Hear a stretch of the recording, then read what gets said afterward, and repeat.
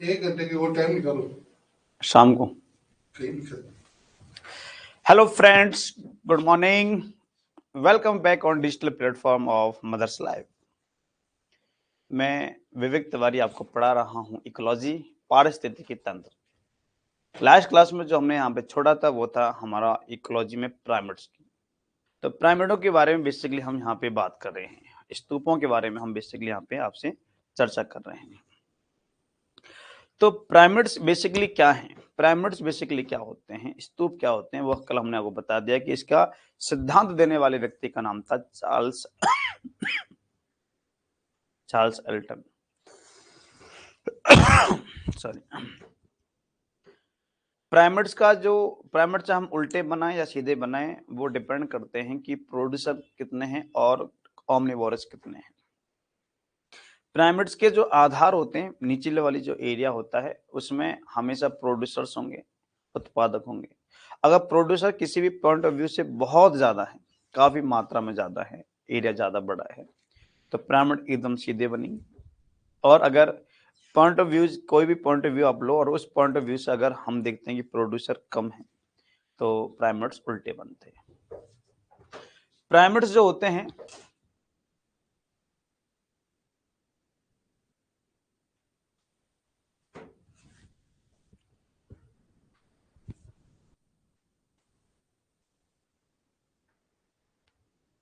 धन्यवाद धन्यवाद। अब हम जो आपसे डिस्कस कर रहे हैं, हम आपसे जो बात कर रहे हैं वो ये है कि जो हमारे प्राइमेट्स होते हैं, हम उनको कितने पार्ट्स में क्लासिफाई कर चुके हैं या करते हैं, और किस किस के प्राइमेट हम बना सकते हैं। तो अभी जो हम यहाँ डिस्कस कर रहे हैं वो डिस्कस करेंगे अब हम आपको क्लासिफिकेशंस ऑफ प्राइमेट्स, कि प्राइमेट्स को कितने भागों में क्लासिफाई यहाँ पे किया गया है।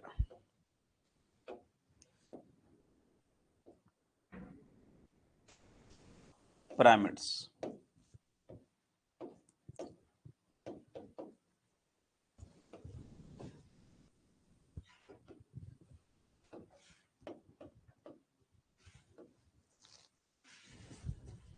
प्राइमेट्स, प्राइमेटों की बात करेंगे।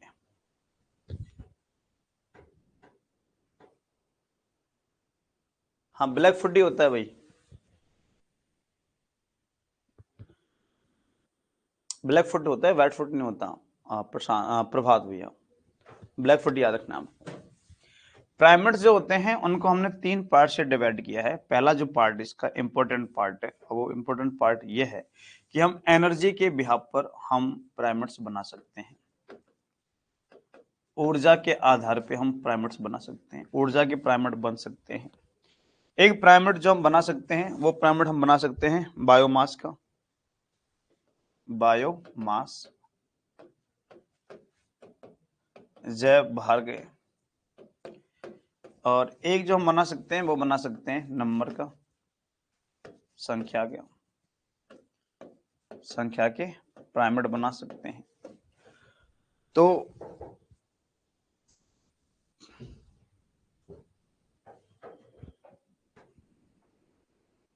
हाँ, रोग की बात कर रहे हैं हम प्रभात, बट याद रखना रोग भी कौन सा होगा, ब्लैक फुट सिंड्रोम ही होगा, व्हाइट फुट सिंड्रोम नहीं होगा। अभी जो हम बात कर रहे हैं कि प्राइमेट्स को हम 3 पार्ट से क्लासिफाई कर चुके हैं, एनर्जी का, बायोमास का और नंबर का। इंपॉर्टेंट बात यहाँ पर यह है कि अगर मैं कहूं कि एनर्जी, हमारे इकोसिस्टम में एनर्जी सबसे ज्यादा कौन बनाते हैं, तो जाहिर सी बात है कि हमारे इकोसिस्टम में सबसे ज्यादा एनर्जी जो बनाते हैं वो कौन बनाते हैं, प्रोड्यूसर बनाते हैं, उत्पादक बनाएंगे।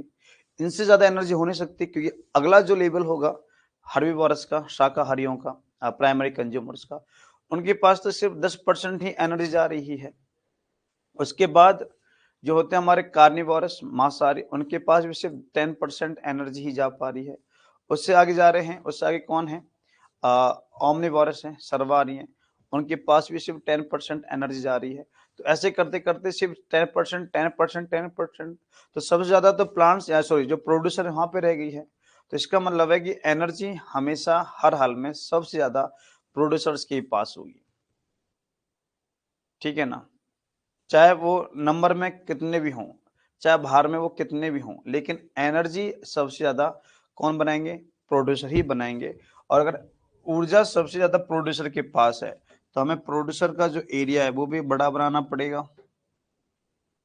अगर इनका एरिया बड़ा बनाना पड़ रहा है हमको, एरिया बड़ा है प्रोड्यूसर का, तो इसका मतलब हमें पिरामिड कैसे बनाने होंगे? सीधे। तो ध्यान रखना दोस्तों कि अगर आपसे पूछ लिया जाए कि किसके पिरामिड ऐसे हैं जो हमेशा सीधे बनते हैं, तो इसका जवाब आपको देना है ऊर्जा के पिरामिड्स। हर हाल में ऊर्जा के पिरामिड एनी हाउ हर हाल में कैसे बनते हैं? सीधे बनते हैं, उनको सीधा बनाया जाता है, सीधे बनेंगे। नेक्स्ट जो हम जाते हैं, अगला बढ़ते हैं, बायोमास पे बढ़ते हैं, जैव भार पे बढ़ जाते हैं। जैव भार, बायोमास, जैव भार। तो जो बायोमास या जो जैव भार है उसकी अगर हम बात करते हैं तो जैव भार का मतलब है कि जो जीव हैं इस दुनिया में उनका भार कितना है। तो थोड़ा सा सोचने की बात है, बस सोचेगा। पहली बात ये ध्यान रखना कि अगर मैं ये आपसे कहूं कि हमारी पृथ्वी पर 71% जो एरिया है पृथ्वी का सरफेस है, वहां पर तो दोस्तों पानी है। 29% जो एरिया है यहाँ पे ये टेरेस्ट्रियल है, स्थलीय भाग है, और जीवन दोनों जगह पे है। जीव जानवर, प्लांट्स, पेड़ पौधे पानी में भी हैं और जमीन पर भी, स्थलीय भाग पे भी, पहाड़ों पर भी है, रेगिस्तान में भी है, और घास के मैदान पर भी है, पथरीले भागों पर भी है। हर जगह हाँ मतलब जीव मौजूद हैं। मैं कहूं अगर आपसे कि सबसे ज्यादा जीव, जानवर, कीड़े मकोड़े, जो भी जीव हैं दुनिया में सबसे ज्यादा कहाँ पाए जाते हैं, तो सीधी सी बात है जिसने एरिया ज्यादा कवर कर रखा है वहां पे जीव भी ज्यादा होंगे। तो पानी में सबसे ज्यादा जीव हैं। सबसे ज्यादा जीव कहां पर हैं? पानी में। पर पानी की खास बात यह है कि पानी में जो प्लांट्स, जो प्रोड्यूसर होते हैं, जिन्हें हम प्लांट्स की संज्ञा दी है, पादपों, पादपों को हमने वैसे जनरली हमने क्या माना है? प्रोड्यूसर माना है। तो उन प्रोड्यूसर्स की अगर हम बात करते हैं तो सबसे ज्यादा अगर देखते हैं कि जो प्रोड्यूसर होते हैं, प्लांट्स होते हैं, समुद्र में कोई काफी समुद्र में कोई ज्यादा बड़े आकार के, बड़े लंबाई के कोई प्लांट्स वहां पे नहीं लगते हैं। बहुत ही छोटे छोटे वेजिटेशंस, बहुत ही छोटी छोटी वनस्पति होती है पानी में। तो जो प्रोड्यूसर हैं उनका भार देखा जाए तो छोटी छोटी वनस्पतियां, छोटे छोटे जो प्लांट्स होते हैं वो उनका कितना भार हो सकता है, कितना वेट हो सकता है, सोचने वाली बात है, बहुत कम होगा। अगर आपके एरिया में आप देखना कहीं भी पानी भरा हुआ है तो वहां पे काई वगैरह जम जाती है जो प्लांट्स में आती है। तो काई का अगर आप वेट देखोगे तो कितने से छोटी छोटी काई, मतलब रंगों के रूप में, हल्के हल्के पत्तों के रूप में ही जमा होती है, कोई ज्यादा भार नहीं है। अगर उसी पानी के अंदर कोई मगरमच्छ रह रहा हो, एक एग्जाम्पल बता रहा हूं मैं, तो एक मगरमच्छ का ही भार ना जाने कितना बड़ा हो जाएगा, कितना ज्यादा हो जाएगा। और अगर आप समुद्रों में जा रहे हो आप, तो समुद्र में तो ब्लू व्हेल जैसे विशाल काय जीव मौजूद हैं। तो अगर मैं समुद्र की बात करता हूं तो दोस्तों समुद्र में जो जीव हैं, जानवर हैं, अब जैसे ब्लू व्हेल टाइप के हैं, तो दोस्तों मुझे लगता नहीं है कि ब्लू व्हेल जो होती है वो अपना खाना खुद बनाती होगी, वो तो दूसरे जीवों पर डिपेंड होगी। ठीक है, ऐसा तो है ना कि ब्लू व्हेल वहां पे लेके चकला बेलन बैठी है, रोटी बना रही है और अपने बच्चों के जा तेरे बाप वेला को लाओ बुला के। अब वेला आ रहा है कि हाँ भाई रोटी लाओ, रोटी लाओ, रोटी लाओ। अब ऐसा तो है नहीं। ये सब मैं बताऊंगा काई वगैरह क्यों जमती है। काई के लिए प्रोटीन का होना जरूरी है। प्रोटीन अगर पानी के अंदर है तो अपने आप वहां पे काई जम जाएगी, कोशिकाएं बनती अपने आप बनती हैं। मैं बात कर रहा हूं पानी में। तो आप दोस्तों बताइएगा, अगर आप यहाँ पे मेरे सामने बैठे हैं तो जैसे ब्लू व्हेल है वो अपना खाना खुद नहीं बना रही, दूसरे जीवों पर डिपेंड है। तो ब्लू व्हेल जैसे जो सर्वहारी जीव हैं, जो सब कुछ खा रहे हैं, जो भी मिल जाए वो खा जाते हैं। एक तो वो जीव है, एक प्लांट्स हैं, पेड़ पौधे, छोटे छोटे प्लांट्स हैं। तो किनका भार ज्यादा होगा? किनका भार ज्यादा होगा बताओ आप? पानी में पैदा होने वाली वनस्पति या पानी में रहने वाले बड़े सर्वाहारी ओमनिवोरस जो हैं, जो सब कुछ खाए जा रहे हैं, जीवों को भी, मांसाहारियों को भी, सबको खाए जा रहे हैं, उनका भार ज्यादा होगा। ब्लू व्हेल सर्वाहारी ओमनिवोरस में आता, सब कुछ खा सकती है, वो सब कुछ खाती है, जो भी मिल जाए पानी में खा जाएगी वो। तो आप बताइएगा कि भाई कि हमारे जो जो समुद्र है, तो समुद्र में सबसे पहली बात, सबसे ज्यादा जीव समुद्र में है, तो सबसे ज्यादा भार भी समुद्र में होगा। तो जैव भार के आधार पे, बायोमास के आधार पे हम डिस्कस कर रहे हैं कि बायोमास के आधार पे किनका पिरामिड सीधे या किनके पिरामिड उल्टे बनते हैं। तो देखो भाई, सीधी सी बात ये हुई है कि अगर हम समुद्र में जा रहे हैं तो समुद्र में जो जीव हैं, जो शाकाहारी जीव हैं या जो प्रोड्यूसर वगैरह, उनका भार कम और सर्वाहारियों का भार ज्यादा होता है। तो इसका मतलब है कि अगर हमें समुद्र के पिरामिड बनाने हैं, किसके बिहाफ पर? जैव भार के आधार पे। हालांकि एनर्जी के आधार पर तो समुद्र के भी पिरामिड सीधे बनेंगे, क्योंकि समुद्र में भी जो वेजिटेशन हैं, चाहे आकार में छोटी छोटी हैं, पर ऊर्जा तो सबसे ज्यादा वही बनाएंगी। क्लियर? तो बायोमास के बिहाफ पर जो समुद्र है, ओशन जो है, समुद्र है, इसका पिरामिड कैसे बनता है? उल्टा। बायोमास के बिहाफ पर जैव भार के आधार पे इसके पिरामिड कैसे बनते हैं? उल्टे बनते हैं, उल्टा बनेगा। तो यहाँ पर ये जो वाला हिस्सा है, ये तो किनका? प्रोड्यूसर का, जो कि भार में कम है, तो एरिया भी कम बनेगा।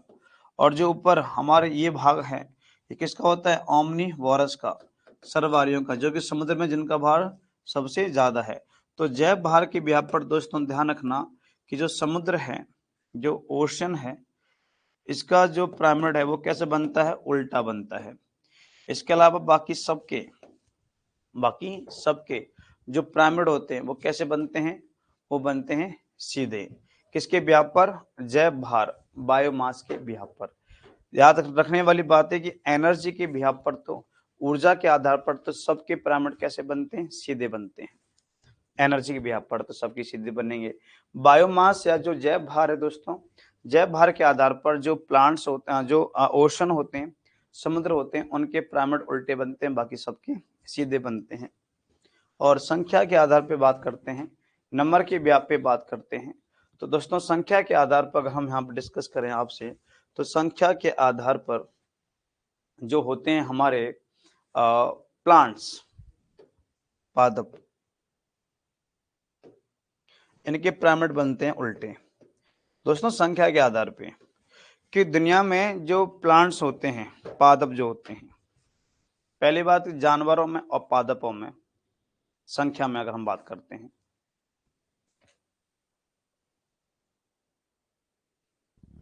नहीं, समुद्र में ऊर्जा कम नहीं होती दोस्तों, मैं जैव भार की बात कर रहा हूं। एनर्जी के आधार पर तो जो समुद्र है उसके भी पिरामिड आपके सीधे ही बनेंगे।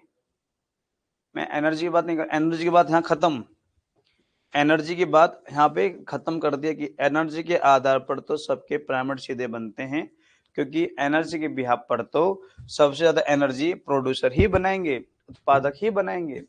पर मैं बात कर रहा हूँ भार की, कि सबसे ज्यादा भार कहाँ पर है। तो हमने देखा कि सब जगह हमने देखा, हम पहाड़ों पे गए, रेगिस्तान में गए, सब जगह देखा, लास्ट में पता चला कि जो समुद्र है उसके अगर हम इकोसिस्टम को देखेंगे तो वहां पे जो प्रोड्यूसर हैं, प्लांट्स वगैरह जो हैं, उनका भार कम है, और जो सर्वाहारी हैं, ओमनिवोरस हैं, उनका भार ज्यादा है। तो इसका मतलब है कि जैव भार के बिहाफ पर, जैव भार के बिहाफ पर जो हमारे पिरामिड होते हैं वो समुद्र का उल्टा बनता है।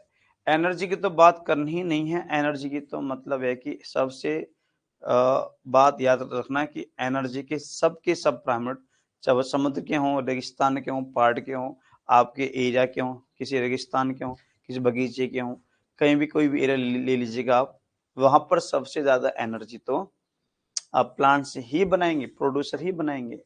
वो तो यहाँ पे खत्म कर दिया मैंने, मैं तो बायोमास के आधार पे बता रहा था, मैं तो जैव भार के आधार पे बता रहा था कि जैव भार के आधार पर समुद्र के पिरामिड जो होते हैं वो कैसे बनते हैं? उल्टे बनते हैं, समुद्र के उल्टे बनते हैं। ठीक है ना, ये कहना चाह रहा था मैं।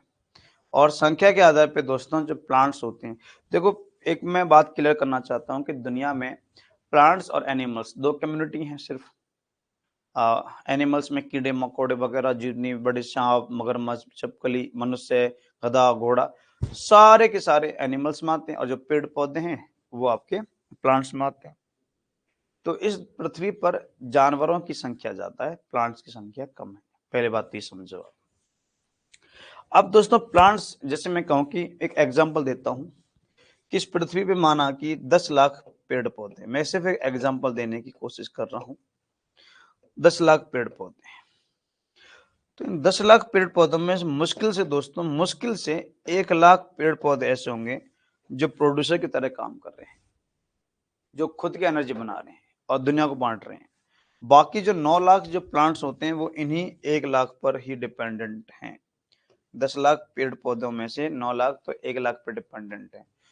सभी जानवर भी पेड़ पौधों पर डिपेंडेंट हैं, अगर वो शाकाहारी हैं, हर्बीवोरस हैं, ठीक है ना।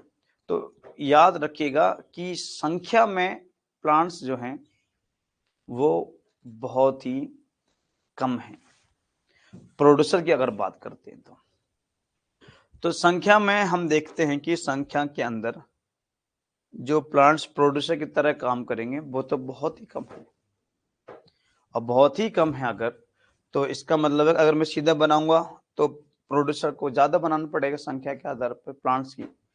तो लेकिन प्लांट्स का हमें कैसे बनाना पड़ेगा, उल्टा। जिसे पता चल जाए कि जो प्लांट्स होते हैं उनमें जो प्रोड्यूसर हैं उनकी संख्या सबसे कम है, ठीक है ना। तो पादपों के, प्लांट्स के जो पिरामिड हैं वो उल्टे बनते हैं, और समुद्र के हैं वो उल्टे बनते हैं, और ऊर्जा के सारे सीधे बनते हैं। पर ध्यान रखना कि समुद्र के पिरामिड उल्टे जो बने वो किसके बिहाफ पे बने। तो समुद्र के पिरामिड जो उल्टे बने वो बायोमास, जैव भार के आधार पे बने, और प्लांट्स, पादपों के जो पिरामिड उल्टे बने वो किसके बिहाफ पे बने, तो वो संख्या के बिहाफ पे बने। जबकि ऊर्जा के बिहाफ पर किसके पिरामिड उल्टे बनते हैं, आपसे एक क्वेश्चन है, आप इसका जवाब बताओ कि एनर्जी के बिहाफ पर, ऊर्जा के आधार पर किसके पिरामिड उल्टे बनते हैं। चलिएगा शुरू हो जाएगा, आंसर बताना शुरू कर दो।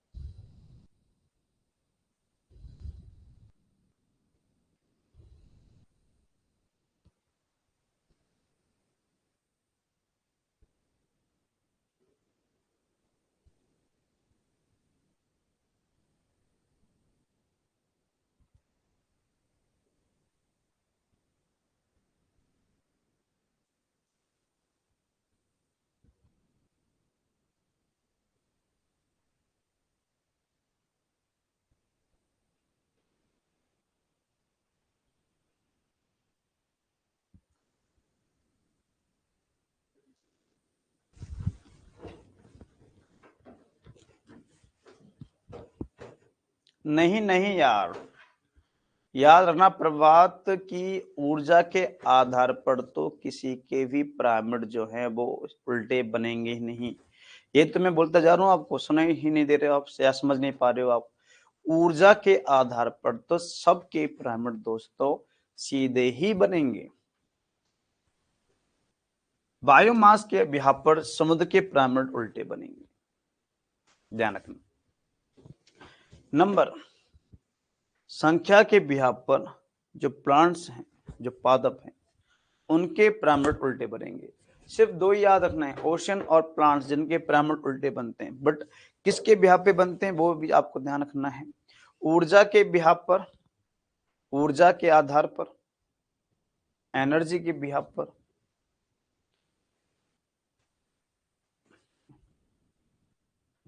सबके सब पिरामिड सीधे ही बनेंगे। बायोमास के बिहाफ पर समुद्र के, और नंबर के बिहाफ पर प्लांट्स के पिरामिड उल्टे बनते हैं, बाकी सबके सीधे बनेंगे, सबके, ठीक है ना। सिर्फ दो नाम याद रखो पहले, ओशन और प्लांट्स। अब ओशन किसके बिहाफ पे उल्टे बन रहे हैं, तो ओशन उल्टे बन रहे हैं बायोमास के बिहाफ पर, और प्लांट्स किसके बिहाफ पे उल्टे बन रहे हैं, नंबर के बिहाफ पर।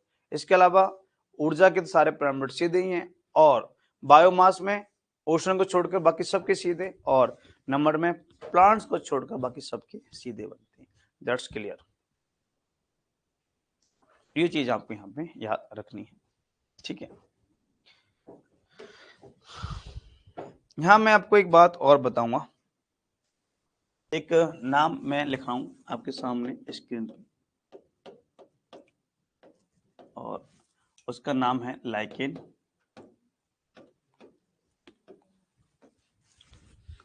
दोस्तों लाइकेन भी ये क्या है, प्लांट्स है, ठीक है, पादप है, प्लांट्स है। जब हम आपको प्लांट्स किंगडम बताएंगे, पादप जगत पढ़ाएंगे, तो इस पादप जगत में हम आपको बताएंगे कि पादप जगत में, प्लांट्स में तो 3 डिवीजन होते हैं, 3 संघ होते हैं, थैलोफाइटा, ब्रायोफाइटा और टेरिडोफाइटा। ब्रायोफाइटा सबसे सॉरी सबसे पहले आता है थैलोफाइटा, फिर ब्रायोफाइटा और फिर आते हैं टेरिडोफाइटा। लाइकेन सबसे पहला डिवीजन का पार्ट है, थैलोफाइटा का ही है सबसे पहले, जो सिर्फ पानी में या नमी में पैदा हुए और कहीं ये पैदा नहीं हो पाए। थैलोफाइटा, इनमें ना जड़ ना तना ना पत्ती कुछ नहीं होती, बस एक रंग जैसा कुछ पदार्थ रह जाता है, रंग जैसा कुछ रह जाता है और तो कुछ नहीं रहता। कलर जैसे काई वगैरह का हल्का सा कलर, या मुश्किल से एक आध पत्ती बन जाए तो बन जाए, वरना वो भी नहीं बने। दोस्तों लाइकेन में आपको जो याद रखना है कि ये याद रखना है कि लाइकेन जो है वो एक सिम्बायोटिक है। सिम्बायोटिक का मतलब है सहजीवी। सहजीवी का मतलब होता है कि दो अलग अलग स्पीशीज पे जो अपना जीवन जो है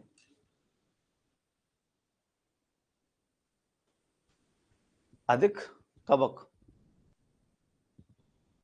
हाँ हाँ हाँ बिल्कुल। तो एक्चुअली क्या है कि ये जो सहजीविता दर्शाता है, सहजीविता का मतलब होता है कि जो दो जीवों पर डिपेंड होता है, दो जीवों पर। ये फंगस और कवक और शैवाल, इन दोनों पर डिपेंड रहता है, कवक पर भी और शैवाल पर भी। ये अपना निवास जो करता है वो शैवाल पे करता है, इनका जो अपना रहने का जो इसका एरिया है वो शैवाल है, जबकि अपना पोषण ये प्राप्त करता है कवक से। तो फंगस और एल्गी कवक और शैवाल की कनेक्टिंग लिंक है, मध्य की कड़ी है। तो कवक और शैवाल के मध्य की कड़ी का अगर कोई नाम है, तो कवक और शैवाल के मध्य की कड़ी का नाम क्या है? लाइकेन है, लाइकेन, ठीक है। तो जो लाइकेन होता है, हम लाइकेन की बात कर लेते हैं आपसे। लाइकेन के बारे में कुछ चर्चा कर लेते हैं। लाइकेन जो होता है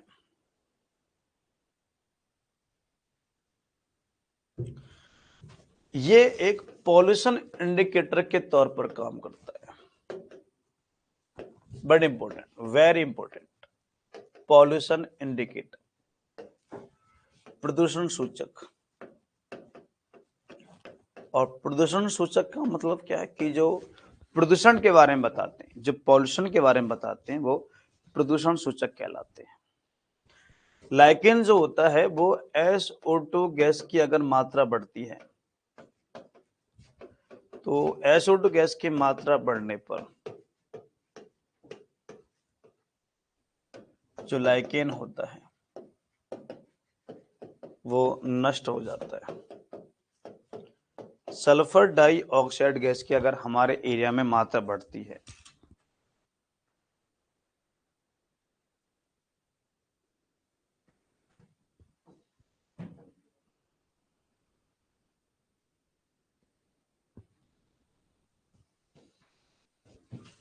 हाँ, तो यहाँ पे जो आपको याद रखना है कि अगर हमारे एरिया में सल्फर डाइऑक्साइड गैस की मात्रा बढ़ती है, ये दिलकिश लिखा क्या है, ये कुछ समझ में नहीं आया, एक बार मुझे खुद बताओ कि ये लिख क्या रहे हो आप। तो सल्फर डाइऑक्साइड गैस की मात्रा बढ़ने पर लाइकेन जो प्लांट होता है वो नष्ट हो जाता है, खत्म हो जाता है। अगर आपके एरिया में जहाँ पानी था वहां पर अगर लाइकेन नष्ट हो गया, खत्म हो गया, इसका मतलब पक्का वहां पर SO2 गैस की मात्रा बढ़ जाएगी, बढ़ गई होगी। और SO2 गैस की मात्रा बढ़ने पर कौन सी रेन होने की पॉसिबिलिटीज बढ़ गई हैं? Acid rain. अम्ल वर्षा की पॉसिबिलिटीज बहुत ज़्यादा हो गई। तो अम्ल वर्षा के लिए जो गैस जिम्मेदार है, मैंने आपको लास्ट क्लास में बताया था, कभी याद हो तो SO2 और NO2 गैस है, ठीक है ना। एक तो ये ध्यान रखना। इसके अलावा लिटमस पेपर भी इसी से ही प्राप्त होता है।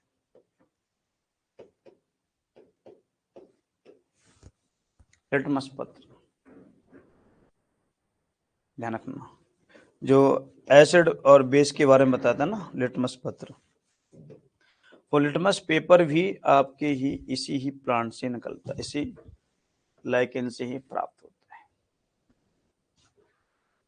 लाइकेन से ही हमें प्राप्त होगा।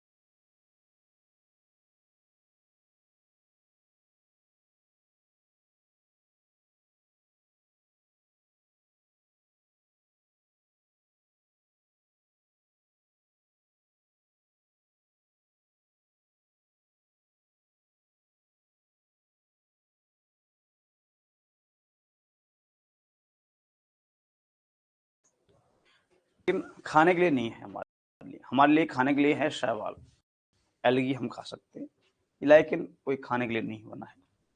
लाइकेन से जो लिटमस पेपर निकलता है दोस्तों, उसके बारे में ये भी कहा जाता है कि जो लिटमस पेपर है, इसका एक्चुअल में जो कलर होता है वो बैंगनी होता है,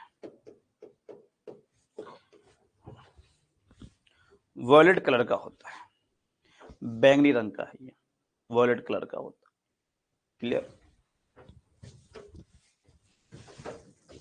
अगर हम बात करते हैं कि जो एक होता है फंगस, एक होती है एलगी, इनमें क्या डिफरेंस दोस्तों, अगर हम यहाँ पे थोड़ी सी बात करते हैं तो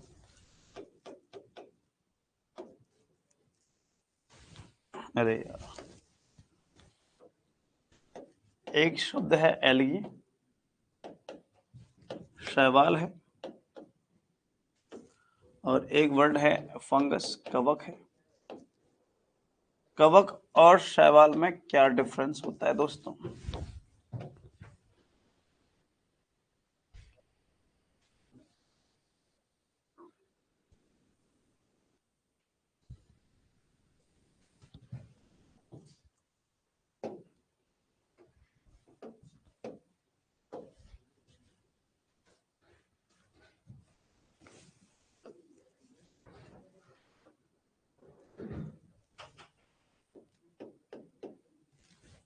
स्टडी ऑफ एलगी जो होती है, शैवाल का जो अध्ययन होता है,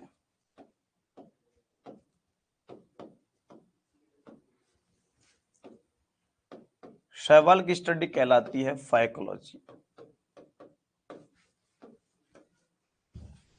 और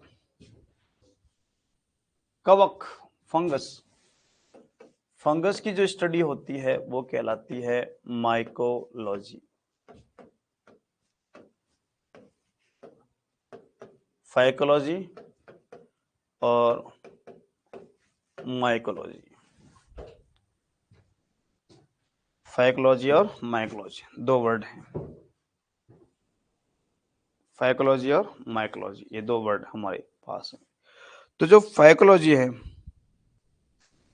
फाइकोलॉजी में एल्गी की स्टडी जो है और माइकोलॉजी में फंगस की स्टडी होती है। तो दोस्तों जो एल्गी होता है ये हमारे इकोसिस्टम में प्रोड्यूसर है, उत्पादक है, और जो फंगस हमारे इकोसिस्टम के अंदर जो आता है फंगस, वो डिकम्पोजर्स में काउंट किया गया है। अब घटक में शामिल किया गया है, ये अब घटक है और ये प्रोड्यूसर है, उत्पादक है। इसके अलावा जो अपना खाना खुद बनाते हैं वो ऑटोट्रॉफिक कहलाते हैं, ऑटोट्रॉफिक, स्वपोषी। और ये जो है वो हीटेरोट्रॉफिक है, हीटेरोट्रॉफिक। जो मृतोपजीवी या विषम पोषी कहलाते हैं, जो दूसरे जीवों से, मृत जीवों से अपना खाना प्राप्त कर रहे हैं, ये इसमें काउंट किए जाते हैं। हाँ बिल्कुल, लैटिन वर्ड हैं दोनों। तो ऑटोट्रॉफिक और ये हेटेरोट्रॉफिक, ये अपना खाना खुद बना रहे हैं, स्वपोषी हैं, ये अपना खाना औरों पे डिपेंडेंट हैं, जीवित है मृत जो भी कहीं से मिल जाए, बस एनर्जी मिल जाए, खाना मिल जाए, कहाँ से मिल रहा है उससे कोई फर्क नहीं पड़ता है। इनकी जो सेल वॉल होती है, शैवाल की सेल वॉल, वो बनी होती है सेलुलोज की, से शैवाल, से cellulose. Cellulose is the type of carbohydrate, ये कार्बोहाइड्रेट। और जो फंगस होता है, कवक जो है, कवक की जो सेल वॉल होती है, कवक की कोशिका भित्ति जो होती है, कवक की कोशिका भित्ति ये बनी होती है किसकी, तो आपको बताना है कैरेटिन की। कैरेटिन भी एक कार्बोहाइड्रेट ही है।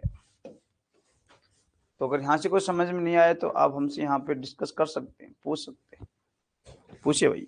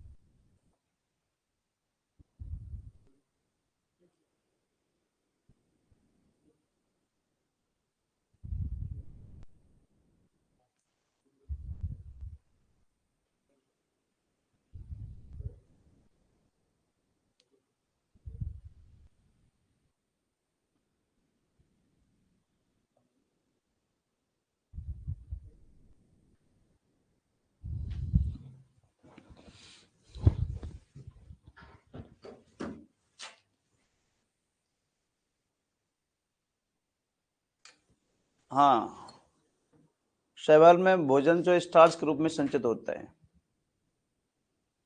हाँ बिल्कुल, कवक अंधेरे में अधिक विकसित होते हैं। क्योंकि एक्चुअली क्या है कि भाई जो शैवाल हैं वो प्लांट्स होते हैं, और प्लांट्स के लिए फोटोसिंथेसिस चाहिए, और प्रकाश संश्लेषण के लिए प्रकाश चाहिए दिन में, और कवक फंगस है, फंगस तो रात को ज्यादा विकसित होते हैं। बिल्कुल सही जवाब है, एकदम करेक्ट जवाब है। अगला हम कुछ आपको एल्गीज के एग्जाम्पल बताते हैं, कुछ शैवाल के एग्जाम्पल बताते हैं।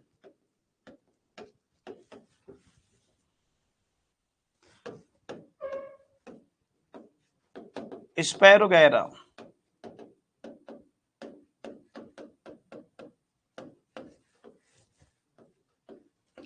ये शैवाल का टाइप है जो कि दुनिया का सबसे बड़ा, द लार्जेस्ट यूनिसेलुलर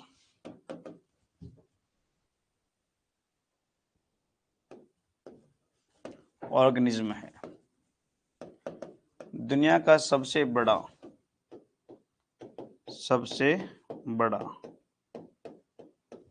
एक कोशिकीय जीव। तो दुनिया का सबसे बड़ा एक कोशिकीय जीव अगर कोई है तो वो शैवाल है, जिसका नाम है स्पायरोगैरा। प्रोटीन का सबसे बड़ा सोर्स,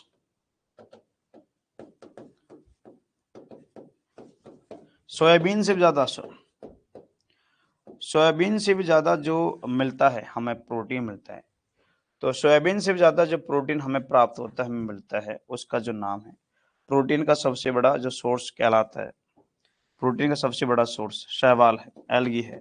और उस एल्गी का नाम है स्पैरोलिना।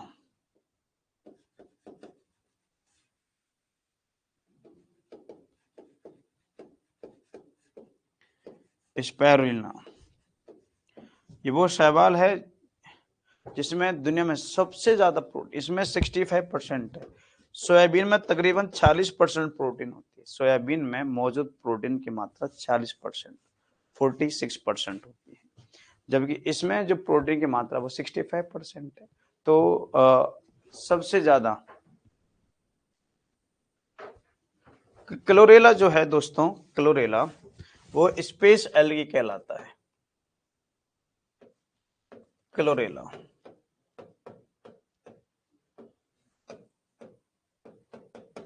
क्लोरेला को हम कहते हैं स्पेस एल्गी, अंतरिक्ष शैवाल कहलाता है।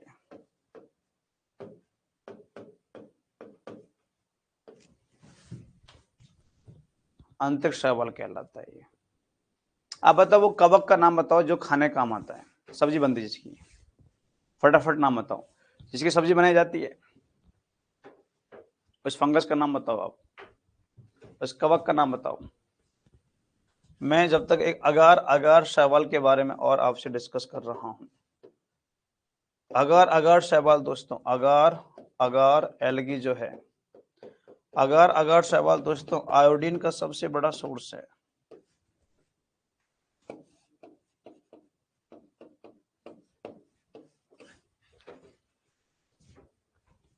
मशरूम एकदम सही जवाब है। मशरूम दोस्तों कवक है। मशरूम जो होता है ये फंगस है, कवक है, जो खाने काम आता है। कवक का नाम है क्लोरेला स्पेस एल्गी, अंतरिक्ष यात्री जो अपने साथ लेके जाते हैं शैवाल को, वो शैवाल की बात की थी आपने।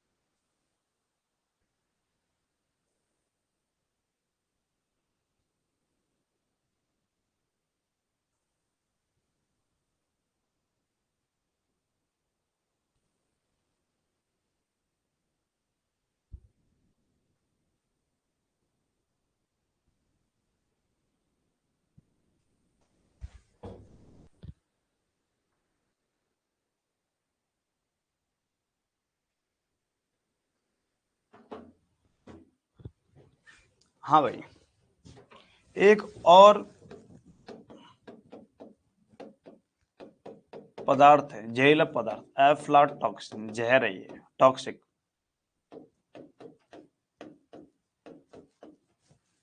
एफ्लाटॉक्सिन, एफ्लाटॉक्सिन ये पॉइजन है, टॉक्सिक मटेरियल है, जहरीला पदार्थ है, जो भी फंगस से निकलता है। ये लीवर को डैमेज करता है, लीवर को मार देगा ये अगर आपने खा लिया तो। और जिस फंगस से हमें ये प्राप्त होता है उस फंगस का नाम है एस्परजिलस। तो एस्परजिलस फंगस से प्राप्त होने वाला जो हमारे लिए और जो जहरीला पदार्थ है उसका नाम है एफ्लाटॉक्सिन। एफ्लाटॉक्सिन ये फंगस का नाम है, कवक का नाम है। एफ्लाटॉक्सिन इससे स्रावित होता है। ये एस्परजिलस जो है वो मक्का वगैरह जो मेज होता है उसके अंदर पैदा होता है, और अगर इसे को आप खा जाओगे, अगर उस मक्के के अंदर ये एस्परजिलस चला गया तो एस्परजिलस के जाने से एफ्लाटॉक्सिन इसे स्रावित होगा, और अगर एफ्लाटॉक्सिन इसे सिक्रेट होगा तो लीवर जो है उसमें जहर फैलेगा, इंसान मर जाएगा, खत्म हो जाएगा। एफ्लाटॉक्सिन टॉक्सिक मटेरियल होता है जो एस्परजिलस फंगस से स्रावित होता है। मोल्ड्स, जो मोल्ड होता है वो भी फंगस होता है जिससे ब्रेड वगैरह बनाया जाता है, तो वो ब्रेड बनाने के काम आता है, ठीक है ना। तो ये आपको ध्यान रखना है, ऐसे कुछ नाम आपको याद रखने हैं।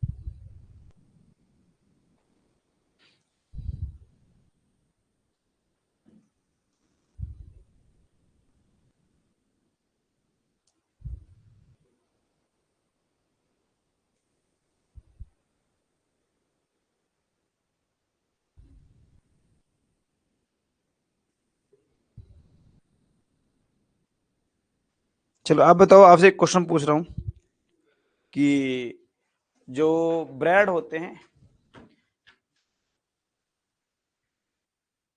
क्या बताना है?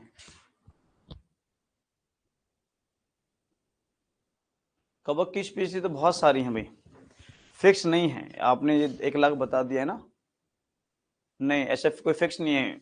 कवक की स्पीशीज कितनी है पता नहीं कितनी है, हाँ लेकिन कहते हैं कि भाई 1 लाख के आसपास हो सकती है, फिक्स नहीं है दिलकेश। अब आप बताओ कि ब्रेड को बनाने के लिए, ब्रेड बनाने के लिए कौन सा फंगस काम में आता है?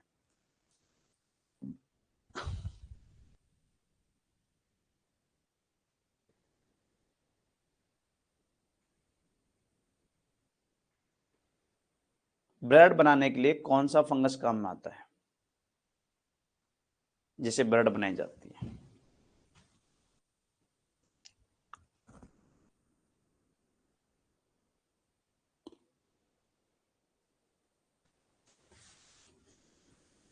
यीस्ट। प्रभात कुमार एकदम करेक्ट जवाब है, यीस्ट काम में आता है।